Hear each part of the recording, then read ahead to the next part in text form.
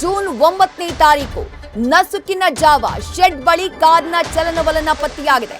ಸಿಸಿಟಿವಿಯಲ್ಲಿ ಸೆರೆಯಾಗಿವೆ 2 ಕಾರ್ಗಳು, ಒಂದು ಸ್ಕಾರ್ಪಿಯೋ, ಮತ್ತೊಂದು ದರ್ಶನ್ ಅವರ ಕಾರ್. ದರ್ಶನ್ ಆಪ್ತ ವಿನೈರ ಕೆಂಪು ಬಣ್ಣದ ಒಂದು ಕಾರ್ ಅನ್ನುವಂತ ಮಾಹಿತಿ, ಮತ್ತೊಂದು ಕಪ್ಪು ಬಣ್ಣದ ಸ್ಕಾರ್ಪಿಯೋ ಓಡಾಟವನ್ನ ನಡೆಸಿದೆ ಅನ್ನುವಂತ ಅಪ್ಡೇಟ್ ಸಿಗ್ತಾ ಇದೆ. ಸಮಯ ಎಷ್ಟು?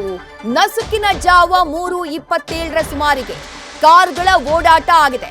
ಇದೇ ಸಂದರ್ಭದಲ್ಲಿ ರೇಣುಕಾ ಸ್ವಾಮಿಯ ಶವವನ್ನ ಸಾಗಿಸಿರುವಂತಹ ಶಂಕೆ ವ್ಯಕ್ತವಾಗ್ತಾ ಇರೋದು. ಜೂನ್ 9ನೇ ತಾರೀಕು ನಸುಕಿನ ಜಾವ 3:27ರ ಸುಮಾರಿಗೆ ಎಲ್ಲಿ ಹೋದ್ರು ಹಾಗಾದ್ರೆ ಇವರು ಕಾರ್ನ ತಗೊಂಡು ಅನ್ನುವಂತಹ ಪ್ರಶ್ನೆ ಮೂಡುತ್ತಲ್ಲ.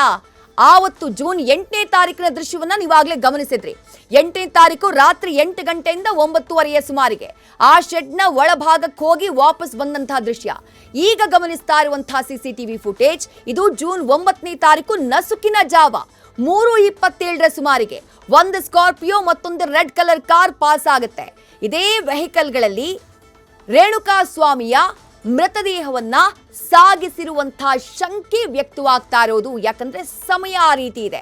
ಪತ್ತೆಯಾಗಿರುವುದು ಕೂಡ ಮೃತದೇಹ ಅದೇ ಸಂದರ್ಭದಲ್ಲಿ ಜೂನ್ 10ನೇ ತಾರೀಕು, ಜೂನ್ 9ನೇ ತಾರೀಕು ಮೃತದೇಹ ಪತ್ತೆಯಾಗುತ್ತೆ ಆ ಮೋರಿಯ ಬಳಿ. ರೈಟ್, ಮತ್ತಷ್ಟು ಅಪ್ಡೇಟ್ಸ್ ನಮ್ಮ ಪ್ರತಿನಿಧಿ ಶಿವಕುಮಾರ್ ನೀಡ್ತಾ ಹೋಗ್ತಾರೆ. ಶಿವಕುಮಾರ್, ಸಿಸಿಟಿವಿ ಫುಟೇಜ್ಗಳು ಲಭ್ಯ ಆಗ್ತಾ ಇವೆ.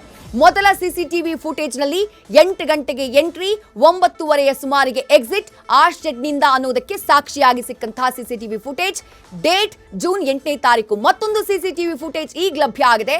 ಸಮಯ ಬೆಳಗಿನ ಜಾವ 3:27, ಡೇಟ್ ಭಾನುವಾರ ಅಂದ್ರೆ ಜೂನ್ 9ನೇ ತಾರೀಕು. ಇದನ್ನ ವಿವರಿಸಬಹುದಾ ಅಂತ ಹೇಳಿ ಈ ಸಿಸಿಟಿವಿ ಫುಟೇಜ್ ನ ಹಿಂದಿರುವಂತಹ ಕಥೆಯನ್ನ ವಿವರಿಸಬಹುದಾ ಶಿವಕುಮಾರ್?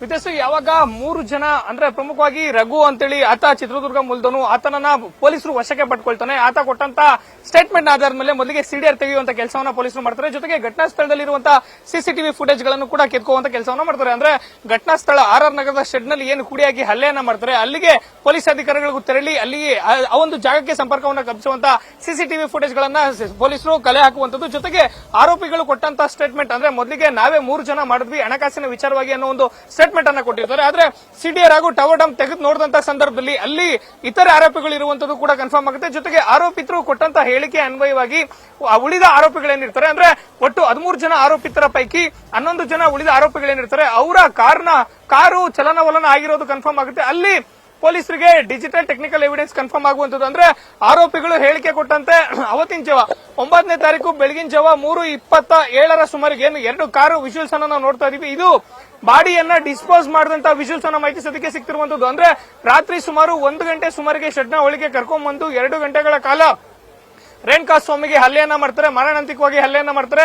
ಆತನನ್ನ ಪ್ರಶ್ನೆ ಮಾಡುವಂತ ಕೆಲಸವನ್ನ ಮಾಡ್ತಾರೆ, ವಾರ್ನಿಂಗ್ ಕೊಡುವಂತ ಕೆಲಸವನ್ನ ಮಾಡ್ತಾರೆ. ಆದ್ರೆ ರೇಣುಕಾ ಸ್ವಾಮಿ ಇದಾದಕ್ಕೂ ಕೂಡ ಬಗ್ದೇ ಇದ್ದಂತ ಸಂದರ್ಭದಲ್ಲಿ ಮಾರಣಾಂತಿಕವಾಗಿ ಹಲ್ಲೆಯನ್ನ ಮಾಡುವಂತದ್ದು. ಜೊತೆಗೆ ಸದ್ಯ 2ನೇ ಸಿಸಿಟಿವಿ ಫುಟೇಜ್ ನಮ್ಗೇನು ದೊರಕಿದೆ, 3 ಗಂಟೆ 27 ನಿಮಿಷದಲ್ಲಿ ಒಂದು ಸ್ಕಾರ್ಪಿಯೋ ಕಾರು ಮತ್ತೆ ಇನ್ನೊಂದು ತಾರ್ ಜೀಪ್ ರೀತಿಯಾದಂತಹ ಕಾರು ಹೋಗುವಂತದ್ದು. ಇದು ಮೃತದೇಹ ಏನಿದೆ ಅದನ್ನ ಡಿಸ್ಪೋಸ್ ಮಾಡ್ಲಿಕ್ಕೆ ತೆಗೆದುಕೊಂಡು ಹೋಗುವಂತ ಸಂದರ್ಭದಲ್ಲಿ ಅವರು ದೊರಕಿರುವಂತಹ ಸಿಸಿಟಿವಿ ಆಗುತ್ತೆ. ಪ್ರಕರಣದಲ್ಲಿ ಇವೆಲ್ಲವೂ ಕೂಡ ಪ್ರಮುಖವಾದಂತಹ ಸಾಕ್ಷ್ಯ ಆಗುತ್ತೆ. ವಿದೇಶಿ ರೈಟ್, ಇದರಲ್ಲಿ ದರ್ಶನ್ ಅವರು ಇದ್ರು ಅನ್ನುವಂಥದ್ದನ್ನ ಎಸ್ಟಾಬ್ಲಿಷ್ ಮಾಡುವಂತಹ ಕೆಲಸ ಹೇಗಾಗತ್ತೆ ಅಂತ ಹೇಳಿ ಈಗ ಯಾರನ್ನಾದ್ರೂ ವಿಚಾರಣೆ ಮಾಡುವಂತಹ ಸಂದರ್ಭದಲ್ಲಿ ಆ ಕಾರ್ನಲ್ಲಿ ಇದ್ದಿದ್ದು ದರ್ಶನ್ ಅವರೇ ಅನ್ನುವಂತಹ ವಿಚಾರವನ್ನ ಆ ಇತರ ಆರೋಪಿಗಳಿದ್ದಾರಲ್ಲ ಅರೆಸ್ಟ್ ಆದವರು ಅವರೇನಾದ್ರೂ ಬಾಯ್ ಬಿಟ್ಟಿದ್ದಾರೆ ಶಿವಕುಮಾರ್?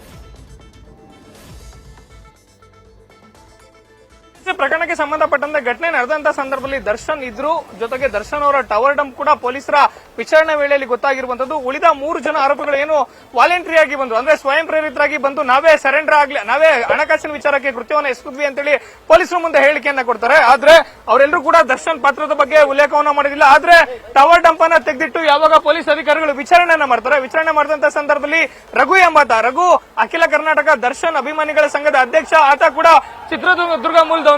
ಆತನನ್ನ ಹೆಚ್ಚಿನ ವಿಚಾರಣೆಗೆ ಒಳಪಡಿಸಿದಂತಹ ಸಂದರ್ಭದಲ್ಲಿ ಆತ ಹೇಳಿಕೆಯನ್ನ ಕೊಡುವಂತದ್ದು. ಪ್ರಮುಖವಾಗಿ ರೇಣುಕಾ ಸ್ವಾಮಿಯನ್ನ ಚಿತ್ರದುರ್ಗದಿಂದ ಪಿಕ್ ಮಾಡಿಕೊಂಡು 8ನೇ ತಾರೀಕು ಬೆಳಿಗ್ಗೆ ಆತನನ್ನ ಚಿತ್ರದುರ್ಗದಿಂದ ಕರ್ಕೊಂಡ್ ಬರುವಂತ ಕೆಲಸವನ್ನ ರಘು ಮಾಡ್ತಾನೆ. ಕರ್ಕೊಂಡ್ ಬಂದಂತ RR ನಗರದಲ್ಲಿ ಇಡುವಂತದ್ದು. RR ನಗರದಲ್ಲಿ ತಡರಾತ್ರಿ ಕರ್ಕೊಂಡ್ ಬಂದು ದರ್ಶನ್ ಅವರ ಗಮನಕ್ಕೆ ತರ್ತಾನೆ. ಜೊತೆಗೆ ನವೀನ್ ಹಾಗೆ ದರ್ಶನ್ ಆಪ್ತ ಆಗಿರುವಂತ ನಾಗ ಏನಿರ್ತಾನೆ, ಇವರು ಸರಿಸುಮಾರು 5 ರಿಂದ 6 ಜನ ಗಮನಕ್ಕೆ ತಂದು ದರ್ಶನ್ ಬರೋದಕ್ಕಿಂತ ಮುಂಚಿತವಾಗಿ ಮೃತಪಟ್ಟಂತ ರೇಣುಕಾ ಸ್ವಾಮಿಗೆ ಹಲ್ಲೆಯನ್ನ ಮಾಡಿರ್ತಾರೆ. ಜೊತೆಗೆ ಆರೋಪಿಗಳನ್ನ ಯಾವಾಗ ಪೊಲೀಸರು ಅಸಲಿ ವಿಚಾರಣೆಯನ್ನ ಮಾಡ್ತಾರೆ ಆಗ ದರ್ಶನ್ ಅವರು ಕೂಡ ಘಟನಾ ಸ್ಥಳದಲ್ಲಿದ್ರು ಅಂತೇಳಿ ಬಾಯ್ ಬಿಡುವಂತದ್ದು, ಅಂದ್ರೆ ಪೊಲೀಸರ ಗಮನಕ್ಕೆ ಬರುವಂತದ್ದು. ಇದು ನಿನ್ನೆ ರಾತ್ರಿ ಸುಮಾರು 12:30 ಸುಮಾರಿಗೆ ದರ್ಶನ್ ಅವರ ಪಾತ್ರದ ಬಗ್ಗೆ ಖಚಿತತೆ ಇರುತ್ತೆ. ಅಂದ್ರೆ ಪೊಲೀಸರು ಟವರ್ ಡಂಪನ್ ಈಗ ನಿನ್ನೆ ಮಧ್ಯಂತರಷ್ಟೊತ್ತಿಗೆ ಟವರ್ ಡಂಪನ್ ತಗೊಂಡಿರ್ತಾರೆ. ಆದ್ರೆ ಆರೋಪಿಗಳು ಯಾವಾಗ ದರ್ಶನ್ ಪಾತ್ರದ ಬಗ್ಗೆ ಪೊಲೀಸರ ಮುಂದೆ ಹೇಳಿಕೆಯನ್ನ ಕೊಡ್ತಾರೆ.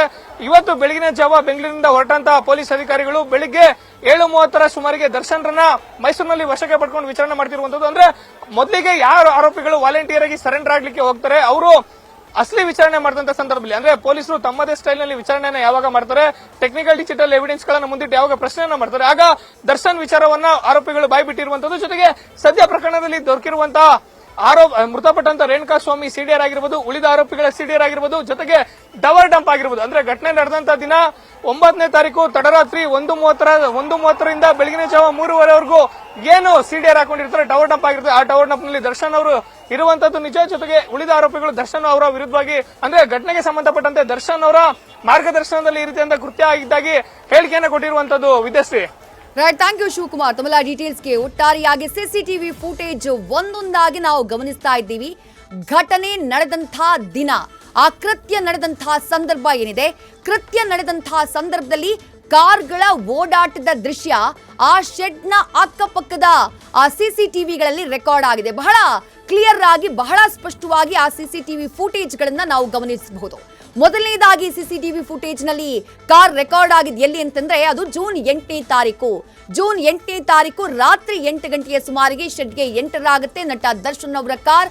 ಅದಾದಂತಹ ನಂತರದಲ್ಲಿ 9:30ಯ ಸುಮಾರಿಗೆ ಆ ಶೆಡ್ ನಿಂದ ರಿಟರ್ನ್ ಆಗುವಂತಹ, ಎಕ್ಸಿಟ್ ಆಗುವಂತಹ ಆ ಸಿಸಿಟಿವಿ ಫುಟೇಜ್ ಕೂಡ ಲಭ್ಯ ಆಗುತ್ತೆ.